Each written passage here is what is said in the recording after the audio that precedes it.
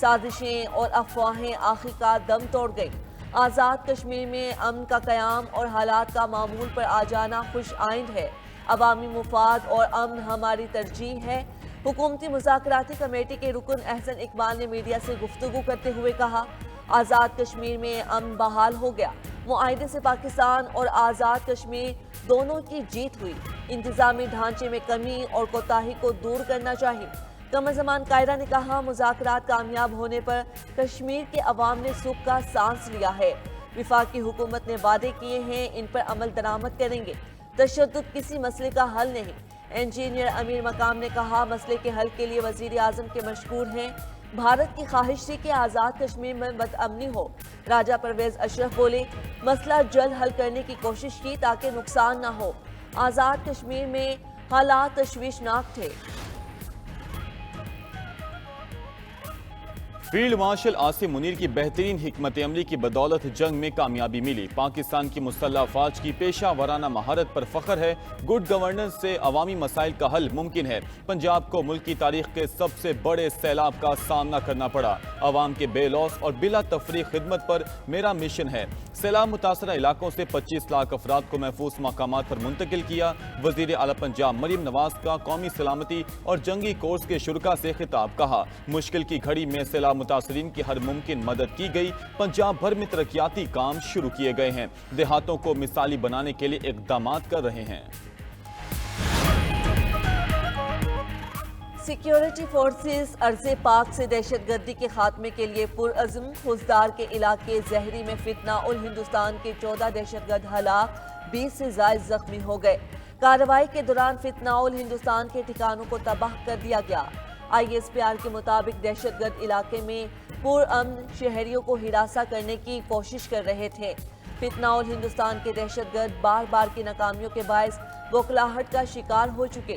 خوزدار کا حالیہ operation in کے نیٹ ورک کے لیے کاری ضبط ثابت ہوا ہے۔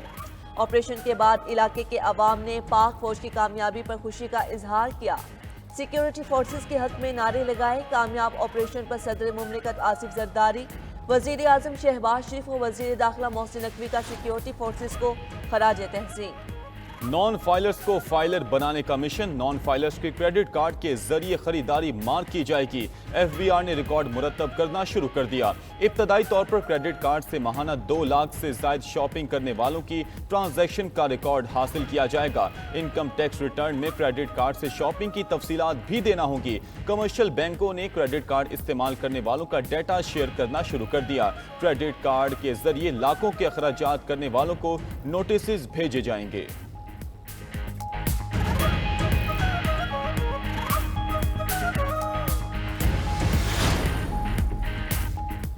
PIA کا 25 اکتوبر سے برطانیہ کے لیے فلائٹ آپریشن کا باضابطہ اعلان۔ پہلے مرحلے میں اسلام آباد سے مانچسٹر کے لیے ہفتہ وار 2 پروازیں اڑان بھریں گی۔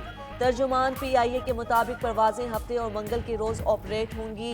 دوسرے مرحلے میں لندن کے لیے پروازیں شروع کی جائیں گی۔ PIA کی انتظامی غفلت سے 40 ارب روپے کے اثاثے غیر یقینی صورتحال کا شکار۔ دستاویزات کے مطابق جہازوں کے انجن، APUs اور لینڈنگ گیئرز کی واپسی نہ ہونے سے 40 ارب روپے سے زائد کا نقصان ہوا۔ عدم ادائیگی کے باعث اثاثوں کو واپس نہ لایا جا سکا۔ 2017 سے 2022 تک بھیجے گئے 12 انجن تاحال مرمت کے بعد واپس نہ آ سکے۔ 2020 میں بھیجے گئے 3 APUs کو بھی واپسی نہ ہو سکی۔ 2021 میں بیرون ملک ارسال 3 لینڈنگ گیئرز کی بھی واپسی نہ ہو سکی۔ مسلم لیگ نون اور پیپلز پارٹی کے درمیان مفاہمتی کوششوں میں ڈیڈ لاک برقرار۔ ذرائع کے مطابق اسپیکر قومی اسمبلی کی مصالحت کی کوششیں آگے نہ بڑھ سکیں۔ پیپلز پارٹی معافی کے مطالبے پر قائم ہے۔ سینئر لیگی قیادت کو پیغام پہنچا دیا گیا۔ ڈیڈ لاک کے بعد دونوں جماعتوں کی اعلیٰ قیادت میں رابطوں کا امکان ہے۔ وزیر اعظم کی صدر زرداری یا بلاول بھٹو سے براہ راست بات چیت متوقع ہے۔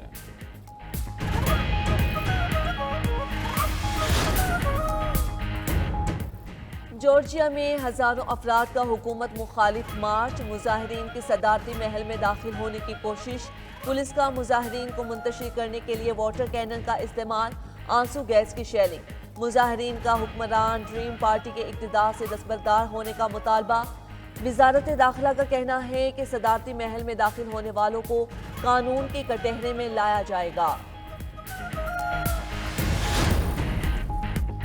صومالیہ میں صدارتی محل کے قریب دھماکہ اور شدید فائرنگ کی اطلاعات، ہلاکتوں کا خدشہ۔ صومالیہ میڈیا کے مطابق خودکش دھماکے میں ہائی سیکیورٹی کی سہولت کو نشانہ بنایا گیا۔ سیکیورٹی فورسز کی بروقت کارروائی سے کئی حملہ آور مارے گئے۔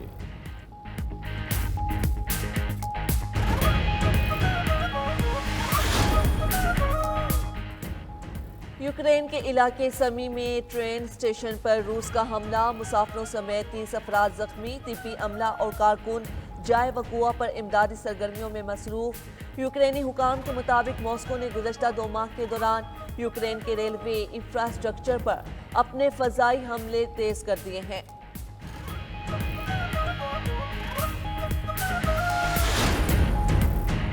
اسرائیل سے روابط رکھنے کا الزام، ایران نے 6 عسکریت پسندوں کو پھانسی دے دی۔ ایرانی میڈیا کے مطابق مذہبی رہنما کے قتل کے الزام میں ایک کرد عسکریت پسند کو بھی سزائے موت دی گئی۔ ان افراد پر ایران کے سیکیورٹی اداروں اور مذہبی شخصیات کو نشانہ بنانے، تخریبی سرگرمیوں اور اسرائیل کی انٹیلیجنس ایجنسی کے ساتھ تعاون کرنے کے الزامات عائد کیے گئے تھے۔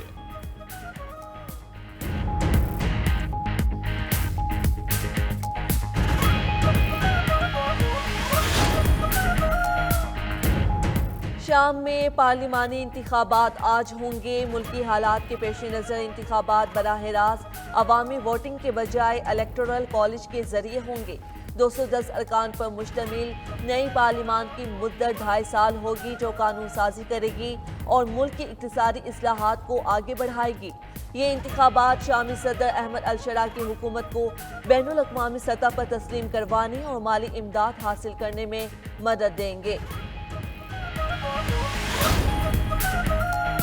امریکی ڈالر پر اب ٹرمپ کی تصویر لگے گی۔ امریکہ کی 250ویں سالگرہ پر یادگاری ڈالر سکے پر صدر ٹرمپ کی تصویر چھاپی جا سکتی ہے۔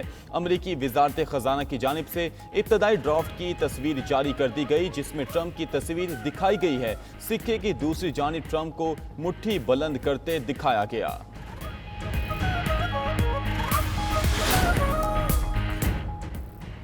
سمندری طوفان شکتی کے اثرات مکران کے ساحل پر اثر دکھانے لگے اور ماڑا اور پسری میں تیز سمندری ہواؤں کا راج، ساحل پر لنگر انداز کشتیوں کو نقصان کا خدشہ۔